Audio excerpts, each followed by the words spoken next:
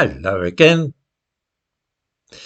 There is a very undesirable trend in modern British politics for elected leaders to be replaced with people nobody has actually voted for.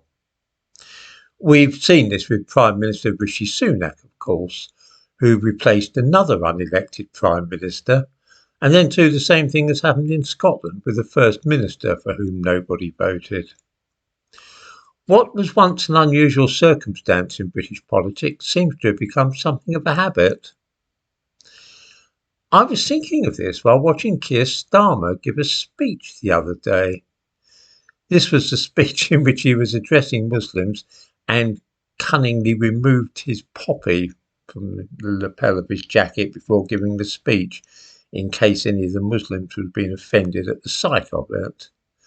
At this time of year, people probably notice that the party leaders all wear poppies. Kier Starmer's no exception, but he swiftly removed it and replaced it afterward when he was speaking about Islamophobia to a bunch of Muslims.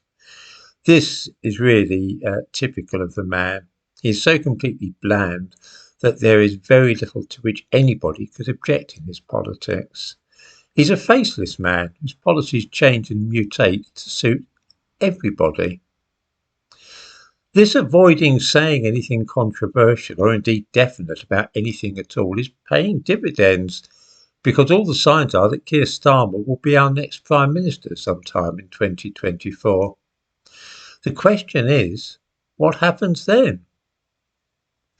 I was thinking today about Ken Livingstone and how he became leader of the Greater London Council in 1981, during the time that he was known, of course, as Red Ken.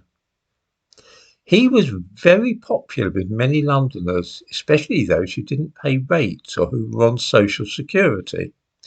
Under his rule at the GLC, there were a huge number of free activities for people on the dole, which could be accessed simply by showing your UB40, the card which proves that you were on unemployment benefit.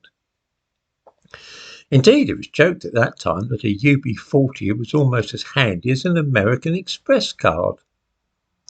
Of course, well-off people were not so keen on Ken Livingstone, as they found themselves paying for all these free things, such as festivals and lesbian single-parent centres and all the rest of it. It was not a good time to be a ratepayer in London. The funny thing about it is that hardly anybody remembers today that Ken Livingstone was never voted in as leader of the GLC. On May the 7th, 1981, Labour won the elections held for the Greater London Council, and the leader of the Labour faction, a moderate called Andrew Mackintosh, duly became leader of the GLC. The following day, by means of some crafty manoeuvring, Ken Livingstone managed to oust Mackintosh as leader of the Labour group, and was himself declared leader of the GLC. It was this shameless and undemocratic coup which prompted then Prime Minister Margaret Thatcher to abolish the GLC a few years later. At the time, this was seen as a shocking piece of work by Livingstone, but of course these days it's pretty much what we expect. Vote Sturgeon, get Humza Yousaf. Vote Boris Johnson, get Rishi Sunak.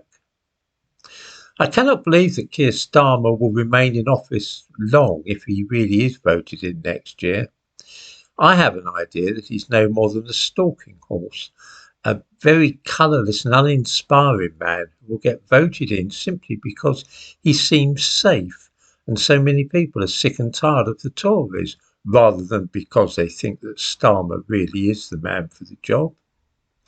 I think that somebody else will replace him pretty soon after the election, and we'll see just the same sort of anti-democratic process which landed us with Ken Livingstone 40 years ago and has given us Rishi Sunak and Humza Yousaf today.